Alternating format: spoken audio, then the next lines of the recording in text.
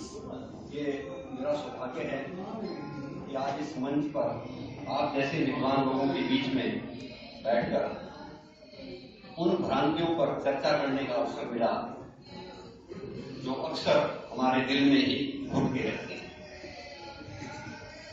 मैं युवा नहीं हूं, लेकिन मन से आज भी युवा हूं और क्रांतिकारी विचारधारा बचपन से ही इनबिल्ट रही।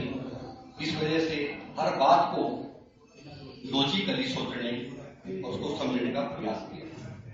मैं बहुत ज्यादा आप विद्वान नहीं, आप जैसा ही हूं और हो सकता है ज्योतिष में मुझे आपसे कम ज्ञान है। मैंने तो ज्योतिष की विद्या नहीं पढ़ी हुई और ना ही मैं किसी ज्योतिष मंच से कोई स्वर्ण पदक विजेता हूं, लेकिन मेरा आप लोगों के साथ मिलकर और आम जनता के साथ बातचीत करके जो अनुभव प्राप्त हुआ है, वो उस अनुभव से ही मैं आप लोगों के साथ ये सब कुछ शेयर करने जा रहा हूं। सबसे पहले मैं ज्योतिष के कुछ बिंदु हैं जिन पर अक्सर वाद विवाद चल रहा है। सबसे पहले मैं चलता हूं गुण मिलान की परंपरा पर। ज्योतिष में गुण मिलान को लेकर आज के दिन हर व्यक्ति परेशान है। वजह 36 गुण है। हमारे पूर्वज हमको ये बताते रहे कि 36 में से 18 गुण मिलने पर विवाह करते हैं। इस परंपरा को हमारे 20 साल पहले तक लोगों ने माना, उसके अनुसार ही गुण मिलान करके विवाह किया। लेकिन आज जो नई ज्योतिष विद्या का प्रारंभ हुआ है, उसमें जब लड़का या लड़की के पेरेंट्स किसी भी ज्योतिषी से जाकर पूछते हैं कि जी देखना जरा गुण मिलाना, तो वो गुण मिलाता है, कहता भी गुण तो 28 मिल गए, लेकिन नाड़ी दोष है। अब देखिए, नाड़ी दोष के 8 नंबर है, सभी को पता आप लोगों को कि 36 गुणों में से 8 पॉइंट्स हैं और हर एक पॉइंट का एक नंबर है। अब नाड़ी दोष के 8 नंबर हैं, तो नाड़ी दोष अगर होगा तो बाकी तो 28 गुण मिल गए, यानी कि 7 के 7 गुण तो 100% हुए। पंडित जी ने 28 गुण मिलने पर भी रिश्ते के लिए मना कर दिया कि नाड़ी दोष से रिश्ता नहीं हो सकता, जबकि अपवाद यानी कि जो उसका नियम है उसमें 18 गुण की ही परंपरा है। और उसमें ये कहीं नहीं लिखा कि आपको उन 18 गुणों में नाड़ी का मिलना अति आवश्यक है, ये कहीं नहीं लिखा होगा। जब ये लिखा नहीं 18 गुणों को मानता है, तो फिर क्यों हम ये भ्रम पैदा करते हैं कि नाड़ी दोष की इंपॉर्टेंस है, यानी कि नाड़ी दोष पर विवाह न करें। अब इसके जस्ट अपोजिट, जब स्वयंवर हुआ करते थे तब गुण मिलान की परंपरा नहीं थी। और ये हमारे कुछ ऐसे धार्मिक ग्रंथ हैं जिनमें कहीं कहीं इस चीज का उल्लेख भी है। जैसे मूर्त चिंतामणि एक प्रारंभ हुई, उसमें पहले नंबर पर यही लिखा हुआ है कि विवाह करते समय, यहाँ ये बात कर रहे हैं मुहूर्त चिंतामणि जो पुस्तक है उसकी बात कर रहे हैं, मुहूर्त चिंतामणि की। तो उसके प्रारंभ में ही ये प्रारंभ किया गया उन्होंने कि आप जब विवाह करें तो उस समय प्रसिद्ध नाम की भी महत्वता होती है। इसीलिए जब आप जन्मपत्री का जो प्रिंटेड एरिया है उसको जब पढ़ते हैं, उसमें लिखा हुआ है कि सुप्रसिद्ध नाम विचारणीय है उसका, क्योंकि मूर्ति का नहीं लिखा हुआ। लेकिन क्या हुआ कि आज हमारे जो मेरे ज्योतिष भाई आज के दिन उस बात को या तो भूल गए या वो अपने व्यापार की वजह से उसको एप्लीकेबल नहीं कर। अब 18 गुण की परंपरा और वो एक नाड़ी दोष की वजह से एक नया प्रारंभ कर दिया। स्वयंवर में गुण मिलान की परंपरा नहीं है, अंतरजातीय विवाह में नाड़ी दोष की कोई महत्वता नहीं है। जब भी कभी अंतरजातीय विवाह हो तो नाड़ी दोष की कोई इंपॉर्टेंस नहीं। ये दो चीजें मूर्ति का मणि में वर्णन नहीं किए हैं। उसके बाद उन्होंने चिंतामणि का उल्लेख किया। मेरा आपसे निवेदन है कि ये जो 36 गुण पर गुण मिलान की परंपरा चल रही है, उसमें हम ज्योतिषों और भारतीय पद्धति का प्रचार हो और किसी प्रकार से कोई नकारात्मक भाव या कोई नकारात्मक हमारी छवि ना बढ़े, उसके लिए इस पर विचार आवश्यक है। इस बिंदु पर कोई बारीक चर्चा करना चाहे तो फिर मैं तो आप इस बारे में समझ आता हूं। मैंने पहले कहा था कि अगर मुझे कोई बात आपकी लगी कि मैं उसमें सवाल पूछ सकूं, मैं पूछूंगा जरूर। आपने एक बात बोली कि गुण मिलान के ऊपर 18 होने चलते हैं। हम सब जानते हैं कि 8 या जहां पे जो है नाड़ी को दिए गए हैं। तो पहले जो प्रथा थी, आपके दादा का नाम, परदादा का नाम, परदादा का गोत्र, नानके में गोत्र, आपके नाना का गोत्र, परनाना का गोत्र, क्या उनके पीछे भी लॉजिक था कि लड़की के 2 गोत्र, लड़के के 2 गोत्र नहीं मिलेंगे तो मतलब वो संतान उत्पत्ति में दिक्कत होगी या उनके स्वभाव नहीं मिलेगा, शादी नहीं चलेगी? तो उसके पीछे भी रीजन था क्या? गोत्र परंपरा थी। इस गोत्र परंपरा का कारण क्या था कि उस समय 2 चीजें डिसाइड करने के लिए गोत्रों की इंपॉर्टेंस थी। लड़की जो है वो जब मैरिज होने के बाद जाती थी तो उसके बाद वो शायद ही कभी वापस अपने मायके में जा पाती, क्योंकि यातायात का कुछ साधन नहीं। तो एक बार घर से लड़की तोड़ती तो वो दोबारा मायके परिवार में शायद ही कभी जा पाती, ऐसी स्थिति रही।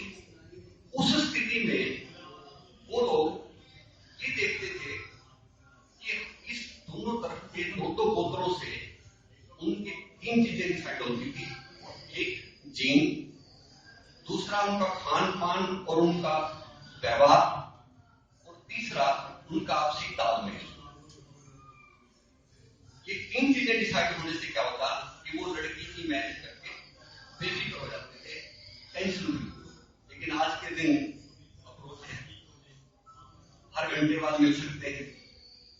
तो इसके लिए उस स्थिति में उसी प्रकार से अमेंडमेंट की रिक्वायरमेंट, जैसे एक जब इंग्लिश मैन का यहाँ रूल था तो उसमें फ्रेगमेंट एक्ट होता था कि आप जमीन के टुकड़े नहीं कर सकते।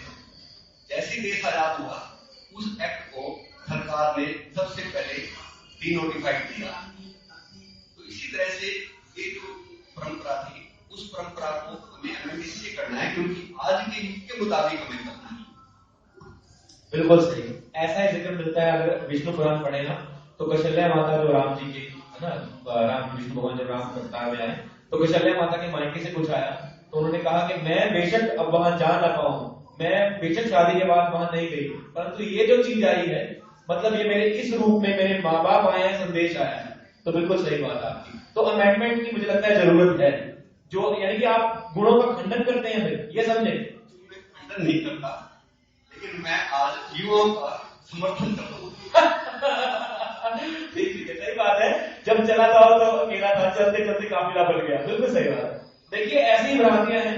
गुणों का महत्व मुझे लगता है हिंदू धर्म में ज्यादा है। अगर सिखों की बात करें, सिख कम्युनिटी की बात करें, मोहम्मदन कम्युनिटी की बात करें, शादियां वहां भी हो रही हैं, प्रेम विवाह वहां भी हो रहे हैं, परंतु गुणों जैसा ऐसा कुछ नहीं है और उनकी शादियां शायद हमसे ज्यादा सफल है, बहुत अच्छी सफल शादियां होती हैं।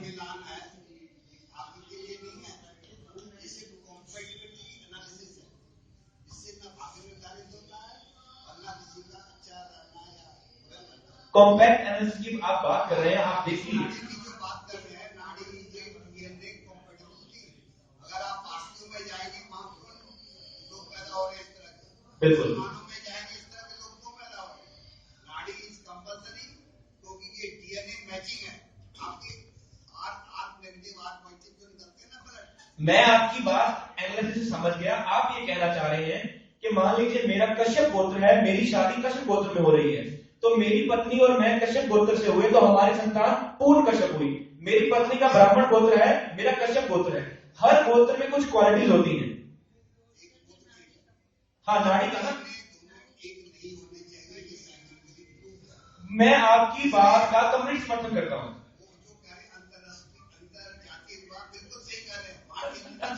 इसीलिए तो समर्थन दे रहे ना आपको, इसीलिए समर्थन दे रहे साहब। नहीं, देखिए भाग्य तो आपके कर्मों पे निर्भर है। अगर मेरे पिता ने मुझे संस्कार दिए हैं कि मैं अपनी पत्नी पे हाथ नहीं उठाऊंगा, तो मैं अपनी पत्नी पे हाथ नहीं उठाऊंगा।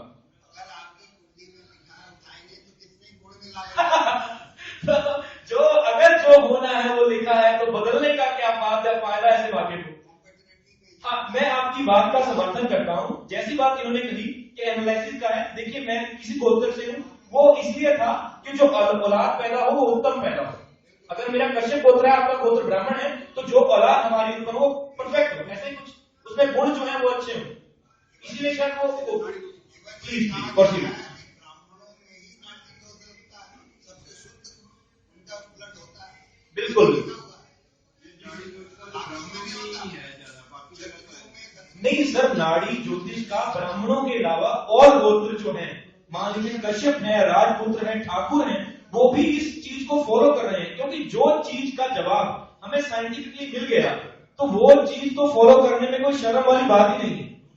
आपके धर्म ने कुछ कहा, आपको सर्टिफिकेट मिल गया, परंतु इनकी मान्यता ये है, फाउंडर साहब ये बोलना चाहते हैं कि वो इस बात का समर्थन तो नहीं करते, परंतु अभी तो दूर भी नहीं है।